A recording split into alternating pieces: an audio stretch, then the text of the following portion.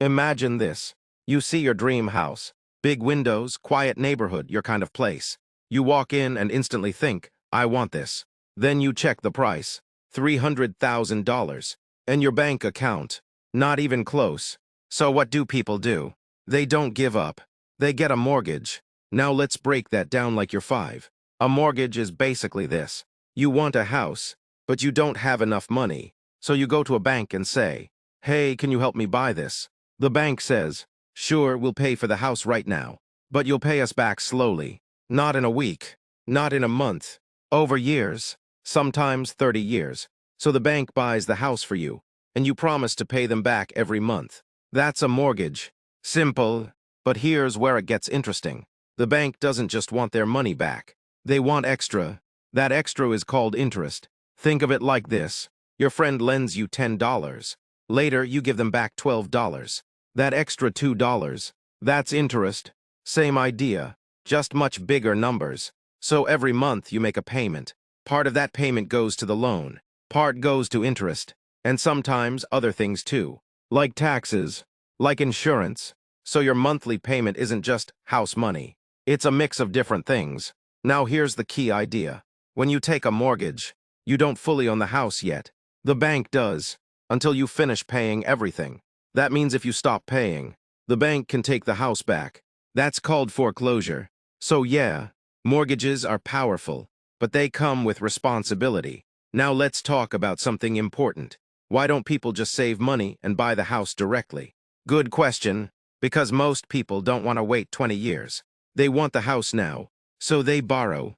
That's the trade-off. You get the house today, but you pay extra over time. Now let's talk about something called a down payment. This is the money you pay up front. Before the bank helps you, let's say the house is $300,000. You might pay $30,000 first. That's 10%. Then the bank covers the rest. The bigger your down payment, the less you owe later, which means less interest.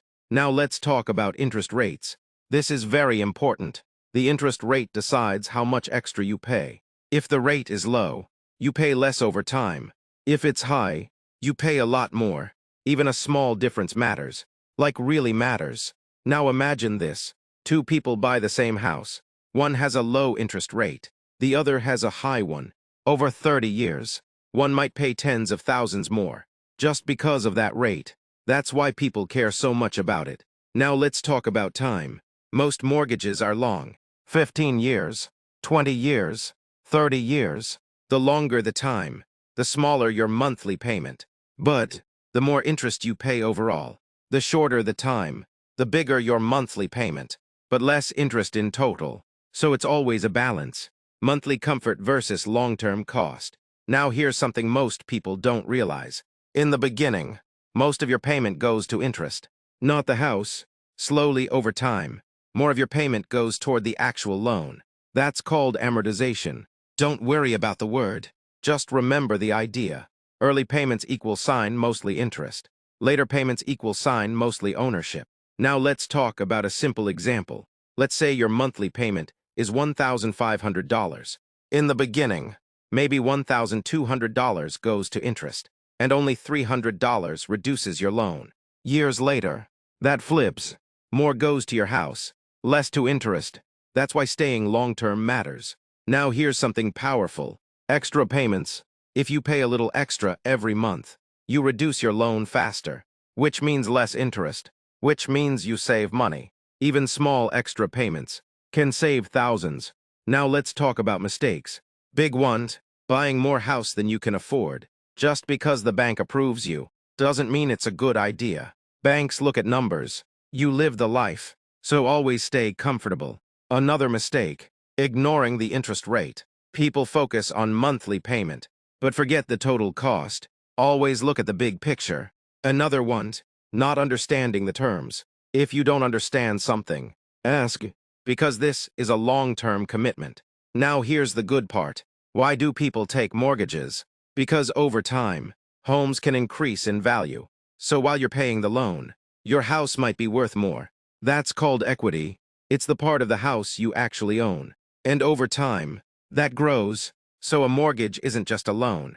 It's also a way to build wealth. If done right, So let's bring it all together. A mortgage is a loan to buy a house. You pay it back monthly, with interest, over many years. You don't fully own the house until it's paid off. And the better you understand it, the smarter decisions you make. So next time someone says mortgage, you won't feel confused. You'll understand exactly what it means. Simple, clear, and now you're ahead of most people, because most people never take the time to learn this. And that knowledge, that's powerful. If this made mortgages finally make sense, hit subscribe, because most people stay confused about money their whole life. And you're not one of them anymore. Now tell me in the comments, what topic do you want next? I'll pick the best one for the next video. See you in the next one.